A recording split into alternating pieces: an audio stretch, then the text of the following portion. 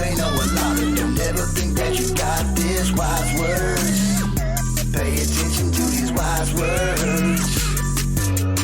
And people follow people, but seldom following dreams. They tend to follow dreams, but never know what they mean. These are wise words. Pay attention to these wise words. All right, we're here on another episode of the relaunch of Wise Words. I have Sheree here with me and my co-host Whitey, Mark. I just met Sheree. I don't know a whole lot about her, but it's nice to meet you, and I appreciate you being here today. And we're going to learn about each other right here, right now. So before we get really started, just kind of give us a little bit of your background and tell us what you do. So I work as a clinical therapist. I work in foster care. I'm program director for foster care. I work with a lot of troubled teens. Okay. So I got hooked up with you through Whitey. Mm-hmm. I found him on Facebook. I know him from back in the day a little bit. Yeah. He never really introduced me, but I knew him from his music. Okay. So I contacted him for some music therapy for some kids that I work with troubled teens. Okay. So I work with teenagers that's been through the juvenile system. Gotcha. That's been through sex trafficking, that's been through abuse. And I do music therapy. So I have different artists come in, local artists come in, teach them how to write their emotions in music, and then have them put beats to it. That's awesome. That's awesome. So it's very purpose driven. Yes. You have a very big purpose behind it. What kind of got you started in this field? What made you want to dive into this? It started back when I was in high school, but I wanted to do psychology, and psychology is not really big when I was growing up. So then I went into mental health counseling. I wanted to help people that needed that. And then I started out in the criminal. I worked for judges and I worked for lawyers. And then I realized working in family law that kids needed it more than their parents did. Absolutely. And the kids were going through a lot of stuff and I wanted to reach them before they got into the adult world and started making bad choices. Yes. And if foster care just kind of fell in my lap. That's awesome. To hear, that's the direction you're headed in and the people you're helping, because, we got to start with the youth. So yeah, that's the way we get to impact the future. Absolutely. Through the youth. So where are you from?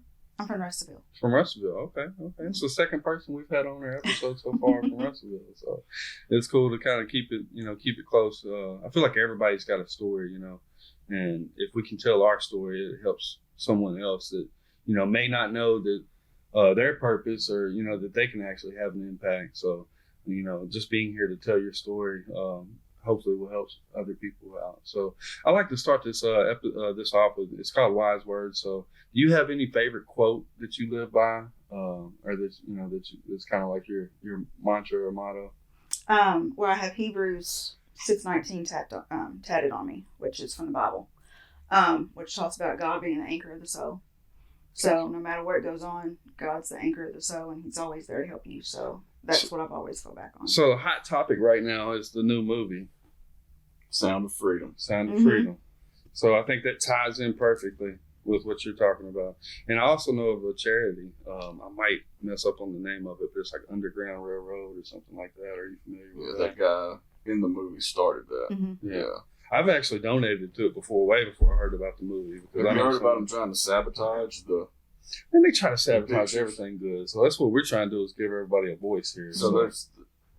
And fact check me, but certain theaters that are showing this movie, this film, when people go there to watch it, they'll tell you that there's like electrical problems going on in the theater, so you can watch the movie, but it's going to be hot in there, or the movie skips, or something's going on with it. So tinfoil hat theory is that people are trying to sabotage people watching this movie. And if you look in the media, they're not really giving a whole lot of coverage on it. It's not good reviews. But a lot of people's talking about it. Yeah, but the voice of the people, I feel like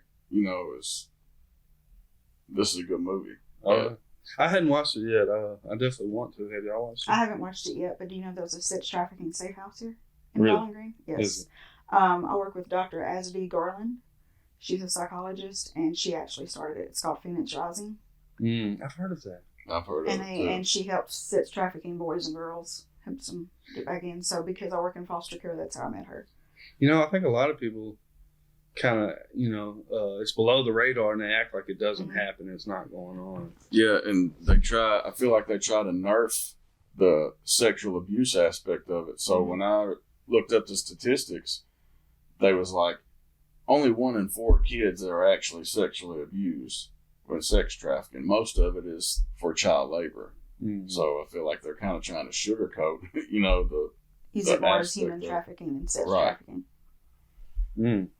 But so we're diving into hot water, fresh off the jump. So yeah, I think there were near 400 cases in Kentucky last year of human trafficking or whatever that we know of. Yeah, that we know of. Yeah. So, I mean, let's be honest. What kind of what higher up is behind all? You know what I'm saying? It's got to be something bigger behind all of this. It's not just the local. Pedo or whatnot. So, how many of those kids have you worked with, say, in the past year or two that are direct victims of? All right. Well, when I first started, I had about 40 kids on my caseload, and I'd say about 20% of them had some kind of sex trafficking going on. Some of it was their own parents. Some of them were brought over here from coyotes. That's what I was about to ask. Another thing is, I feel like areas that are war-torn or let's say even hit with natural disasters where people are misplaced from their homes would be like a prime feeding ground for that type of activity, right? Like hurricanes or let's say like what's going on in Ukraine right now. I mean, how easy is it to report a kid missing? You know what I'm saying? When you got a war going on, but they're really just, kidnapped. And was there a spike after, like, the tornadoes we had here? Did you notice anything like that? Or? Well, was the homeless that was under the bridge before they moved all of them? There was a lot that was down there.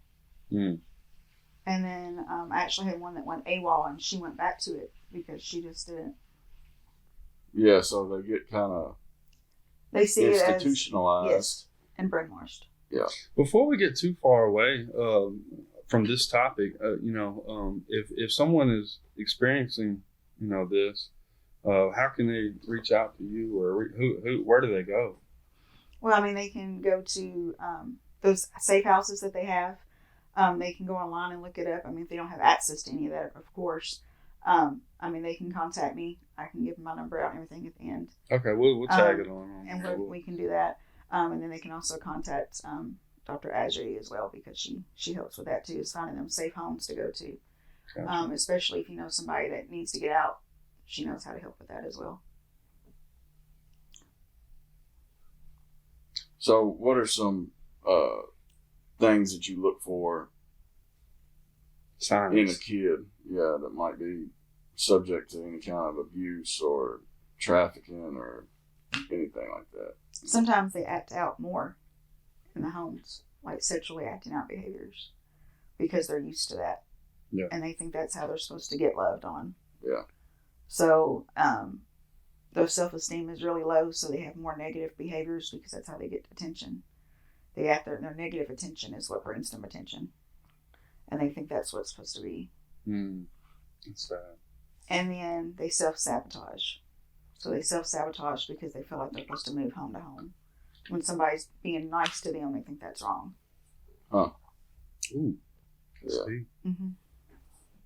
So they self-sabotage to go to another foster home. And it just it's a routine. It's just something that they just keep doing. Is there a certain age that is more at risk? They usually do them young. Yeah. I've noticed that it starts anywhere from 10 to 12, and then when they reach teenage years, that usually stops. Or sometimes they get out by the time they get in teens because they're old enough to fight back, or they're old enough to tell somebody and know that it's wrong. So this is another thing, like, where is the market at for this? Like, because there has to be a demand for it. It's just like the drug game that, people's buying it. So, like, where's the market? Like, where do they take these kids when they, like, kidnap them? Like, how do they find? Do they have just, like, little inner circle cliques? Or is it on the dark web? Or we're all just right now, it's kind of like out in the open.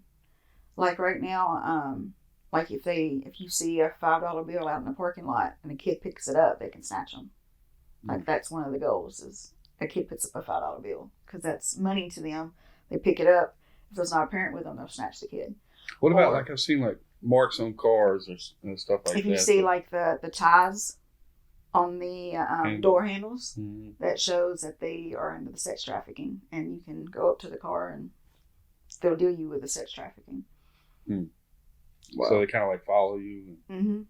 And right now, it's kind of big, like in Barron County, because there's a group over there that's been doing that. So what's being done to combat this? You know what I mean? Like, so, you know, for the, and I'll use this term loosely, the war on drugs, they have drug task forces in the communities that they fund, you know, tax money or seizure money or whatnot.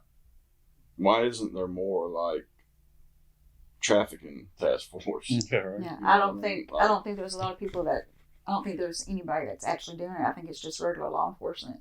And I think DCBS and like us is the ones that's finding out about it, and we're having to turn it in, do the investigation.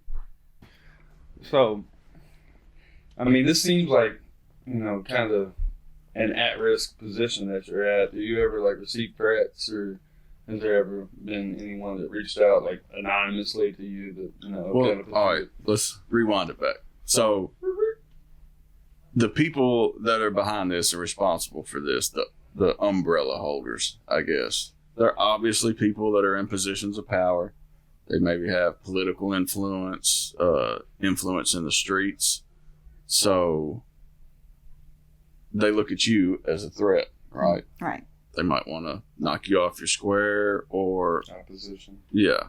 So what are some of the obstacles that you run into on a day-to-day basis from these trafficking groups? I don't run into a lot of obstacles because they really don't know what position that I do outside of. Like, they don't know that I'm a therapist. They don't know what kids I work with, because all that is confidential. So they don't know until that kid is moved or it goes to court, or if I have to testify in court. So if I have to testify in court, then that's when I get released. So right now, everything's been kind of confidential. I haven't had any issues with anybody or anything like that. But if it comes out, then there might be obstacles. But I haven't been worried about it so far because it's for the kids. So whatever's for the kids, I'm going to fight for them. Yeah. So, I mean, switching gears just a little bit, like, and like outside of this, what are some things you do, you know, as hobbies and whatnot? It's all related to kids, I guess, because I do a lot with kids. I do a lot of events with kids, and I also work with, so like the Guardians of the Children. Do you know who they are? Do you know who the Guardians of the Children are? Talk about it. Okay, well, they're a motorcycle gang, but they're not technically a gang. They're just like a club that helps kids with the child abuse. Yeah, I do know what you're talking about. So I've worked with them some, and they've started to work with us, so they're going to start doing some mentoring stuff with us for the boys. We have a lot of boys that are in foster care, so they don't, of course with foster care, it's mainly going into a single parent home, because a lot of women want to do foster care, but basically men don't. So it's usually the women, so we don't have men that can help the boys when they get into trouble. So we have Guardians of Children that I've worked with, and they're going to start, I've got a couple that's going to start coming in and maybe do a mentoring program with the boys to keep them out of trouble. And then I do events with them to help raise child abuse. So, like, you say, like, so like single women, I know men and like related, you know, couples probably do more than either individual, you know, do on their own. Like a single person wouldn't probably subscribe to this as much as a couple. Well, a single person actually does it more than a couple does, most of the time. Okay. But it's more female than male. More female than male. Okay. So how do you balance because your job has to be emotionally exhausting. Yes. How do you balance that? Because I know you want people that are passionate. Above all else, you want people that are passionate about this and actually give a damn at the end of the day about the kids. Like, you know, this ain't really a job for somebody that's just out to clock in and clock out. How do you qualify them? But how do you manage to not bring it home with you? You know what I mean? Sometimes it's hard not to bring it home with you. Yeah. It just depends on the day and the situation. Like, I have to take times out in the middle of the day just to have meditation. Yeah. Like I have a time clock on my thing where I do a meditation for like 20 minutes in the middle of the day. Like I just shut my door and I say people don't come in. I close my curtains and it's 20 minutes of meditation just to break it down, because I'm also a director over the foster care now. So I have to deal and put out fires all day long. So let's talk about the meditation a little bit, because I think that's something that gets a lot of taboo from it. You said you use like an app. I know there's a few different apps. Like, well, see, I also do yoga therapy because I work with adults too on the side. So I do yoga therapy, and I just use yoga therapy for myself too. So there is no app. You're the real. I'm doing it myself. Yeah. So you don't do you have music in the background? Or it's calming sounds? Or? Yeah, I do calming sounds, and then I use incense, and then I just kind of talk myself into it. You do the whole. Yeah. I do the whole thing. Yeah. Get rid of the bad energy. The bad vibes that come in my office all day. Yeah. Yeah. They call that smudging. I do that at my residences sometimes. I've done it before, but then I gotta leave for some reason. Yeah, because you are the bad. I'm kidding. And then I have to drown myself and just break it through. Okay. So have you heard or do you practice walking meditation? Are you familiar with that? Yeah, I do that sometimes. Yeah. Sometimes I have to just get out of the office and do that, or I'll do that at the end of the day before I go and do my workout. How many hours a week do you put in? Well, technically it's supposed to be 40, but I do anywhere from 50 to 60, 70. Right. Last week I done 80 hours. 40 on paper. How many do you really put in? I don't think it ever stops. No, I do about 70 to 80 hours a week. I think, besides her sleep, I think it's on her mind. And, a lot of times when your mind's on something, whether you're actually clocked in or clocked out, you're still working on it. So, and that goes for any industry or any hobby or passion, Do you feel like you're making a difference? I do. Sometimes I feel like I fail at it because sometimes the kids don't want to change, or sometimes they just end up going out of the system because they don't want to recommit or they don't want to do the independent living, and then you see them on the news or you see them doing something that they just never did. But it's just because they were raised that way and they don't want to change. So we talked to someone recently and they was talking about recovery and how when somebody relapses or whatnot, they can't hold themselves responsible. And I feel like that goes for you as well. You do everything you can, and at the end of the day, if it's not, if the results aren't what you want, or the desired results, you shouldn't blame yourself. And I just want to say that to you personally. So. I think it's just a mindset thing, though. I think because that's my goal at the end of the day. Well, yeah. Sometimes I get that, but you just can't. You can't take that on yourself. You can't blame yourself for that.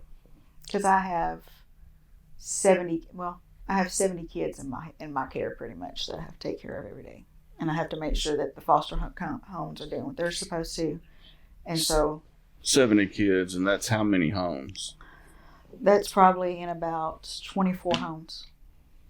How many how many people apply to be foster parents and then actually take on kids and then say, hey, this really ain't for me? Probably about 1 out of 10. What do you do with the kids once that happens? We move them to another home. How long does it take them to get that? Usually about a couple of weeks. Where are they in between time? They usually stay with them. And we'll tell them to give it a couple of weeks. But sometimes the parents will come in thinking that they're supposed to be like their bio kids.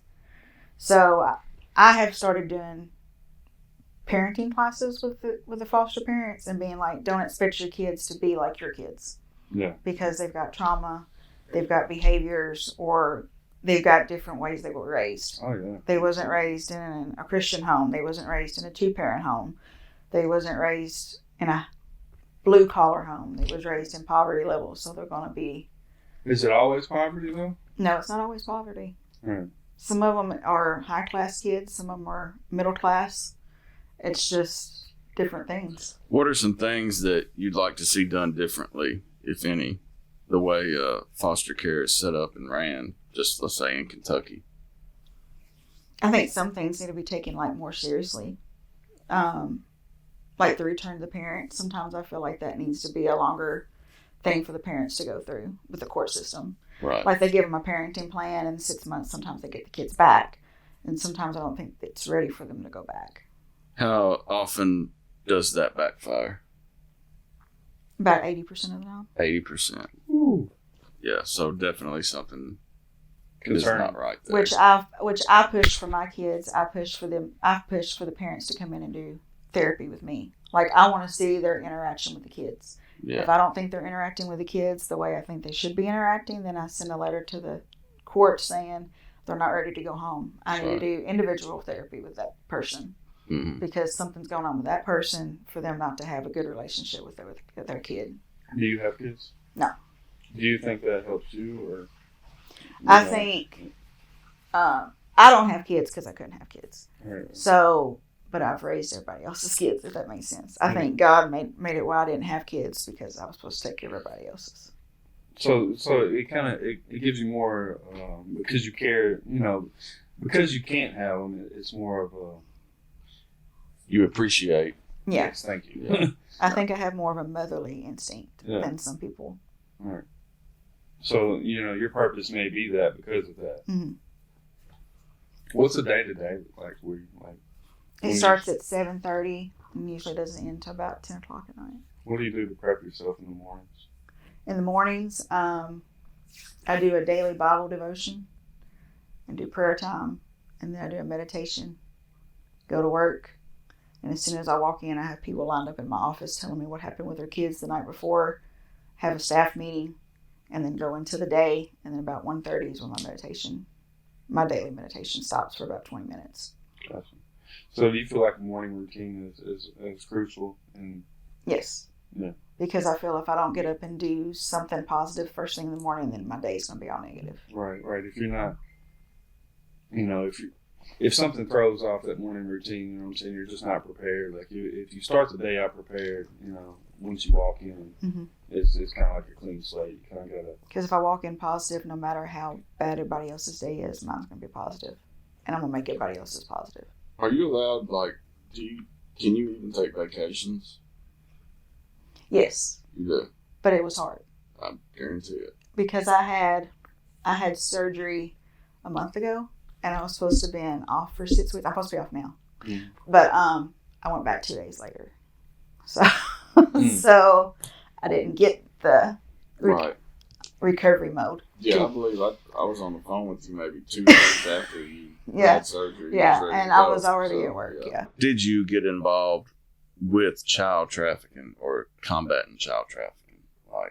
When I came into foster care. And then I had actually went on WNKY to advertise a bike event. Because local matters, right? Right. And they actually contacted me and put me in contact with Phoenix Rising, which was Dr. Azerty.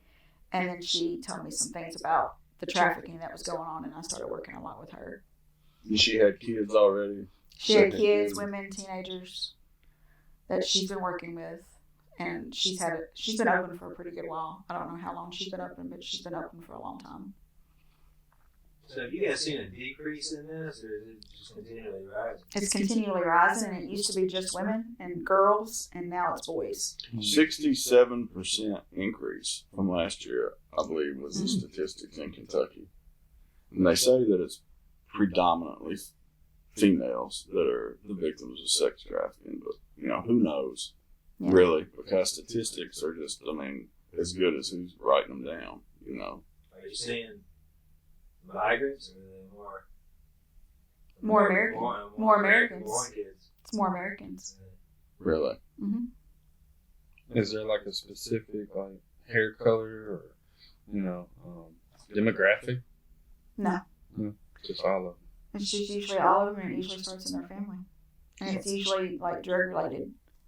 So it's usually if dad is, Which I knew pimping that, out back in the day, mothers, and fathers for that matter, they would rent their babies out. Mhm. So, to say somebody wanted to get something into the country, they'd rent their baby out. They'd come to the airport with the heroin or powder or whatever in the instant meal bottles. Mhm. Just little shit like that, But, yeah, they've been renting their kids out for, 20 years. I was hearing about that back in the day. So we talked about how kids can find help or reach out. Let's talk about like the average person that's watching this, or in general that wants to help. Like, what's some avenues for them to contribute to aside from signing up from being foster parents? Right. Besides being foster parents, Yeah. they can donate. Like, we have things that we have to do for school supplies. We have to supply them with school supplies. We have to supply them with Christmas. So they can contact us and they can donate gift cards. They can donate presents. What's the organization? Stepstone. Stepstone. We'll link this, in the program so they can see it. The Stepstone is a way they can contribute. Yes. Is that an organization here in Bowling Green, or It's is here that in Bowling. nationwide? It's here in Bowling Green, and it's actually statewide. And we are actually in a few states. What states? North Carolina, Virginia, and right now in Arizona. Are you training anybody to, like, because you're obviously not going to do this for, which you could, I guess, do this for another 20 years, but when do you see yourself kind of stepping away and Maybe Passing the torch. maybe in 10 years. 10 years? So do you have an out in mind, like, do you have a transition plan into that, or? Well, I've already started starting on a private practice so that I can work with adults and people that's not in foster care. And then I'm going to start in November. I'm going to get licensed to do court mandated therapy. Yeah, we talked about that before. So you're actually going to start drug counseling. The drug counseling, the DUI counseling, the domestic violence counseling. Right. So if someone was wanting to kind of, follow your path, what advice would you give them to get started? To get started, they would just need to go into a program that they see that they would be fit in. Online, for me, was the easiest, especially if you have to work or you have kids or you have family. You can do it at your own pace and just do it in psychology. And then after that, if you want to be a full-time counselor, go into your master's. It takes anywhere from 4 to 5 years, but if you do it online, you can do it faster. Okay. The music therapy. Let's touch on that. How long have you been doing that? I've been doing that for about 2 or 3 years. Do you play any instruments? No, No. I used to sing. Sing? Yeah, but Sing anywhere besides the shower? I used to sing in church. Yeah. Okay. And then I do interpretation dance. Oh, What is that? It's a mixture of sign language and then mixture of movement. And then I used to teach hip hop dance back in the day. Huh. So that's cool. So what are you looking for when you're looking for an artist or a band or? I just look and see how they do with their music, how they do with their rhymes, and then I look at maybe some of the struggles they've been through, and see how they related, and see if they can bring their story, come into their story or their testimony, or however you want to say it. How does he play into this? Because I know you reached out to him recently. Well, I knew that he had done some music back in the day, and then I knew that he had some things that went on. Just because it's Logan County, everybody talks. Yeah, but everybody. But I don't know his story. Yeah. I don't know anything about him. I just know of his name. Right. And I just knew of his music. So I really don't know his background until he told me. Yeah, they don't tell that part. No. They tell everybody when you get indicted. Yeah. But I didn't know you. I didn't know you went. I didn't know any of that. Oh, okay. I just knew of your music, and I Yeah. was just reaching out to local artists. So is there a certain message in the music that touches you that you're like, this is someone I need to work with? Right. Yeah. So I reached out to there's a girl in Glasgow named K-Swag. I don't know if you know her or not. I've heard the name. Okay, well, she just got like a local record deal. Mm-hmm. And I got in touch with her from a teacher, and she came and spoke, and she also taught them how to do music, and so that worked well with her. You've worked with Andre too, right? Andre's coming next month. Yeah, It's a good dude. Andre Mitchell? Andre Mitchell. Oh yes, Yeah, he's awesome. he'll dude. be coming. I've actually got him on like the first string of podcasts we did. Mhm. He's actually one of the. And he's been doing it for. Hell, he was doing it before I was. Yeah. And the reason I reached out to Andre Mitchell is because his wife that passed away, Mm-hmm. she was my cousin. So I know that he uses music for Therapy. therapeutic reasons. So that's why I reached I out. think a lot of people do. I think that's the inspiration for music and in general, especially for the. And when people think of music therapy, they think of it as just being for therapy, but people don't think of it as being a hobby, and I want them to use it as coping skills. It's a release. I want them to know learn that. how to actually write music or write lyrics and how to put it to a beat. I don't want them just to sit there and just kind of like listen to music and get all in a depression mode. I want them to use it. Be able to and tell be their like story. a hobby. Yeah. Well, that's the thing, is not everybody can find a rhythm, but everybody can find what A they want to message. say. Mm-hmm. You know what I'm saying? Yeah, everybody can have a message. A story. Right. Mm-hmm. Everybody's got a story. So. See, I can't write music, but I wrote 2 poetry books. So I did an auto poetry book on me. How can people find that? It's on lulu.com. Lulu.com. Yeah. Is it? What's the title? One was called Shattered, and one was called Then and Now. So those were they were based basically on domestic violence. They were based on So they can sexual look that assault, up. things Shattered by Sheree Lyons. what's actually under Misty. Shattered by Misty Lyons on Mm-hmm. Lulu.com. And what was the other one? Then and Now. Then and Now. So it Can went you spell Lulu just because? LULU. LULU.com. Mm-hmm. We'll plug that on here too. Because you can go down there and just go on and do that, and you get your own copyright. So that way nobody gets your stuff, No, and it doesn't cost a lot of money. I mean that's something people may want to look into as well. You know? That's cool. So if someone wanted to get into the music therapy and contribute to that, how would they look into that? They would just contact me, and then they can come in and volunteer anytime if they want to do that. Where's that based out of? Is that But that's with Stepstone too. where's Stepstone? It's here in Bowling Green, and it's actually off Ashley Circle on Andrea Street, across from Greenview Hospital. Is there any artist like it's kind of like on your dream list or whatnot that you're trying to work with for that? Not really. I just kind of look at local artists right now. Yeah. Because I think local artists needs a lot of attention. Yeah. But who's on? Is there anyone on your radar? No, I just kind of look through Facebook, TikTok, and get those people in. Cool. Anybody you think might be approachable. So I just reach out to everybody. Yeah. I don't have problems Gotcha. approaching them. I'm not shy, I guess. Obviously, right? You're here with us. So yeah, it's been great having you though. I appreciate what you're doing, and your purpose has actually got a real meaning to it, and hopefully will definitely is impacting along the way.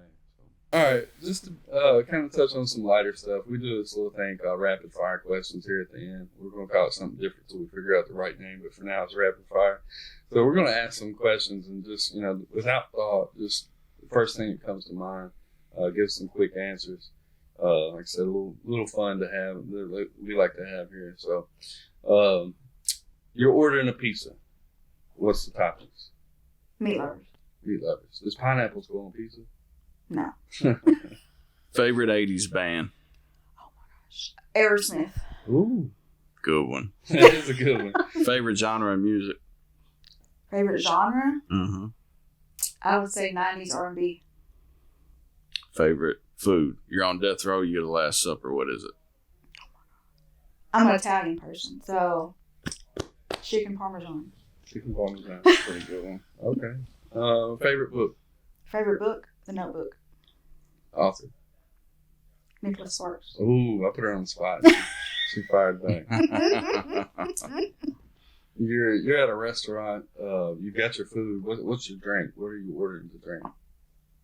If it's non-alcoholic, it's a sweet tea. If it's alcoholic, it's a margarita on the rocks Salt. with salt. Absolutely. Top 3 movies. Top 3 movies: Mm-hmm. Top Gun: Maverick, The Notebook.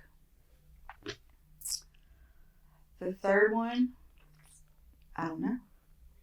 Those are my You got top top two. Top two. I got top 2. Third one, I don't know. All right, budget is not an issue. What kind of car are you going to go buy?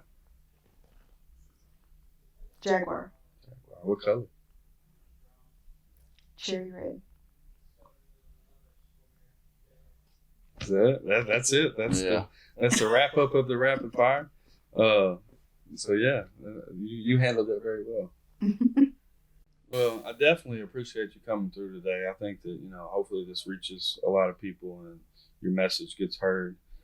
Before we end this, is there anything you'd like to add? Or No, just thanks for having me, allowing me to get the messages out. okay. Appreciate it. We've kind of plugged, different things along the way, but we'll put everything here at the end as well, in the drop down, so you can, find her and find out how you can help or be a part of this. Yeah, we'll definitely do another segment on this child trafficking abuse situation, because I feel like that needs to get a little more spotlight from everybody. So.